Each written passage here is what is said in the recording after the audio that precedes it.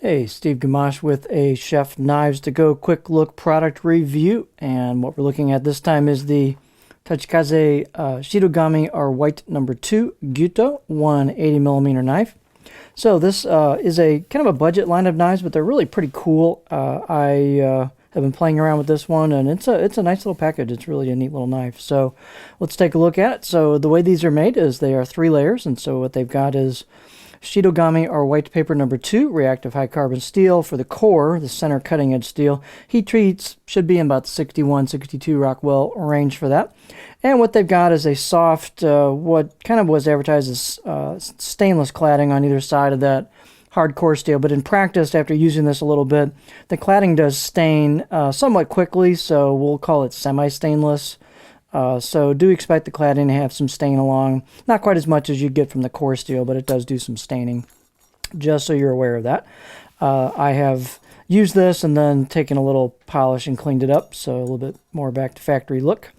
The weight and dimensions can vary just a little bit from knife to knife, but this particular one is 107 grams or 3.8 ounces, and the edge length is right about 180 millimeters or 7.1 inches, and the overall length's about 11.9 inches. Fairly thin knife, and it's about 1.5 millimeters-ish all the way down, and then not really distal taper per se, but when you hit the grind, which is kind of approximately where you see this sandblasted finish start right here, it does thin up. It's not a super skinny tip. It's not going to just blow through product, but it does do pretty well. And then here's the choil shot. Not like the world's skinniest edge, but again, does a pretty good job. It's a good performing knife. It's not a laser, but it does well. The blade height is about 41.3 at the back, so not particularly tall. The neck's not super wide, so as long as you're kind of careful, you'll get decent, unless you got big fingers, you'll get decent cutting board clearance with it. The handle is just good basic black Packawood, which is a stabilized wood product, and got pretty nice fit and finish overall. It's a partial tang, so here's the tang, stops in there, and then probably comes in the bottom somewhere, and you don't see it in the bottom. What's nice about that is it lightens it up significantly over a full tang knife, where that's sandwiched between 2 scales for the side of the, the slab sides of the handle. That brings the balance point, back towards the middle right there, just about where that choil is, the back of the blade, or slightly in front of that.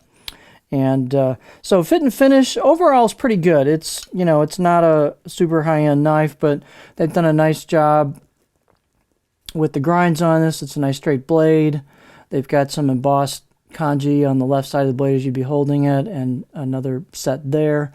The top spine with the corners of that, or edges of that, and also the back choil were fairly sharp out of the box, so I went ahead and got some strips of sandpaper and went to work for about 15 minutes and got it pretty nice. I have a little scratch on the side here. This will be going up as a video knife, but a little bit of an errant scratch there with me during my back and forth phase on the spine. But once I did that, it cleaned up really nice. And out of the box edge, I'd say I'll give it a 5 out of 10, but this is Shitogami number 2, so it'll get stupid sharp if you do your parts, and it's sharpened up very, very easily, as you might expect.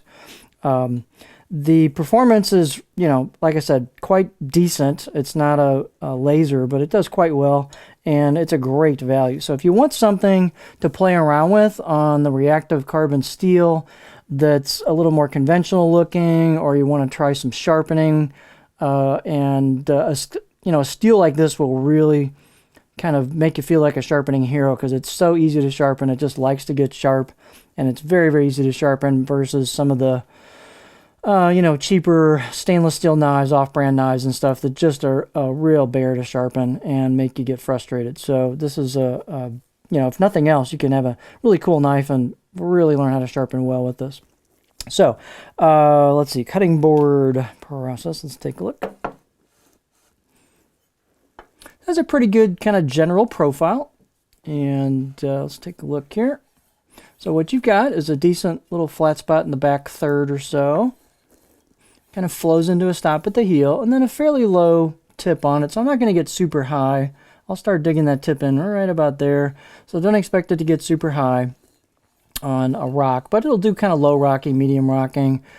Just kind of a pretty good, useful all-around profile. push-pull cuts, glide cuts, a little bit of racking, definitely a little bit of chopping towards the back. So I'd say with a 180 millimeter knife, they've done a pretty nice job on a useful profile. So this is a neat little package, and with a little cleanup and a sharpening, got a cool knife here. So this is the Tachikaze Shitogami, our white number 2 Gyuto 180 millimeter knife.